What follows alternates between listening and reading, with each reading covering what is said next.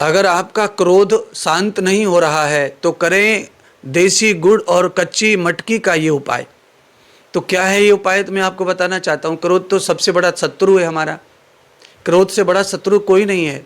क्रोध आते से ही हमारे पूरे जीवन को ख़त्म कर देता है, हमारे विवेक को ख़त्म कर देता है, हमारी सोच को ख़त्म कर देता है, हमारी समझदारी को ख़त्म कर देता है। और जो एक ही क्रोध है जो आपके सारी संपदा को ख़त्म कर रहा है, तो उसको क्यों हमारे ऊपर हावी होने देना। उसको हमेशा प्रेशर को दबा के रखिए और उसे नष्ट करने का प्रयास कीजिए। तो वो कब होगा कि आपके जीवन में काम का लोड है, आपको कंपटीशन है समाज से, ज़माने में आपको सबके आगे रहना है, आपको पीछे रहना पसंद नहीं है, आपके शौक़ पूरे करने।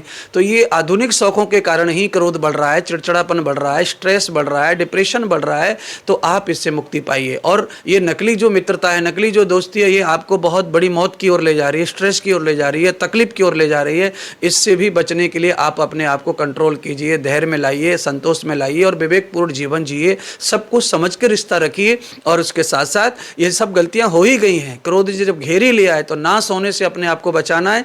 तो आप देखिए, आप बाजार में जब जाएंगे तो वहाँ पर चुपकना जैसा गुड़ होता है, काला काला गुड़ होता है, जो बैठे बैठे कट्टे बोरी में जहाँ भी है वहाँ से बहता रहता है। अब बहता हुआ जो गुड़ है वो देसी गुड़ होता है। उसमें से आप गुड़ खरीद के ले आइए और रात को सोते समय उसको 200 से 300 ग्राम पानी में इतना सा गुड़ डाल दीजिए, एक पेड़े की बराबर।